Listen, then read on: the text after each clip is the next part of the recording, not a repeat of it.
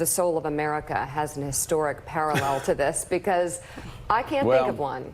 Call the soul of America right now. Let's go. No. Well, I mean, well, I don't know. I wish that we had somebody that understood the soul of America. Yeah. I wish we had somebody that had written the book. Finger on the pulse. Yeah. But the pulse of the soul. Yeah. Oh, wait. There is the Bard of Belmead. Let's go to him right now. John Meacham, the SOLE of America. So, John, it does seem. Again, it's so easy to engage in hyperbole, and God knows that Meek and I have done it too much over the past couple of years. You don't have to agree so quickly with that, with a head shake, but yes, we have. But I do wonder if there is any other description for what happened this past weekend than suggesting that it's Nixonian, suggesting that it appears at least to be, we appear to be on the eve of where Nixon was before he launched the Saturday Night Massacre. I think we are. I think that's right. I don't think that's hyperbolic. When you have a president who's basically engaging the Justice Department at this level of political detail and calling on investigating his predecessors, one Nixonian element here that hasn't gotten a whole lot of attention, at least explicitly, is both Nixon and Trump have an ongoing obsession with their former opponents in a way that I think shapes what they do in deleterious ways, to say the least.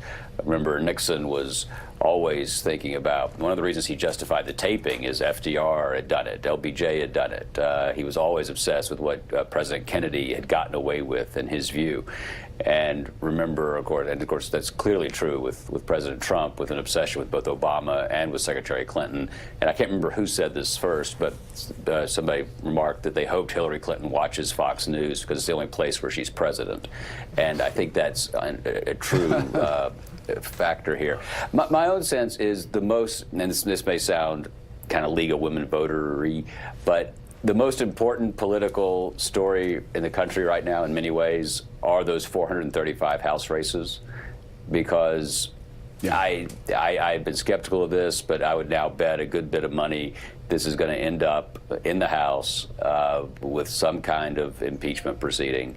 And the makeup of that body, and then ultimately the reaction of the United States Senate, which is supposed to be the great deliberative check and the great final hammer on these things, is I think we're going to end up, that's going to be the season finale of this.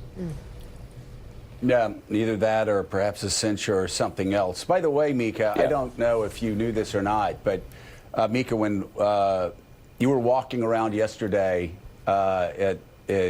in New Canaan, you noticed the John Meacham floats, right? Because yesterday was New Canaan. New Canaan has an annual John Meacham day, because yesterday was his birthday, and we try to celebrate WASP's birthdays up here as much as possible, and that's why we had a Shays Rebellion float, John, and we had a French and Indian War float, and then we, of course, had the Soul of America, now at #1 on the New York Times. Did you hand out did you hand out martinis? I handed out martinis, and Mika had pimento cheese sandwiches. To keep people from being bored. Just like Barr. Coffee and pimento cheese sandwiches. Yeah, just like Mrs. Bush, just like Barr, exactly. Hey, Jeremy Bash, I want to talk about a guy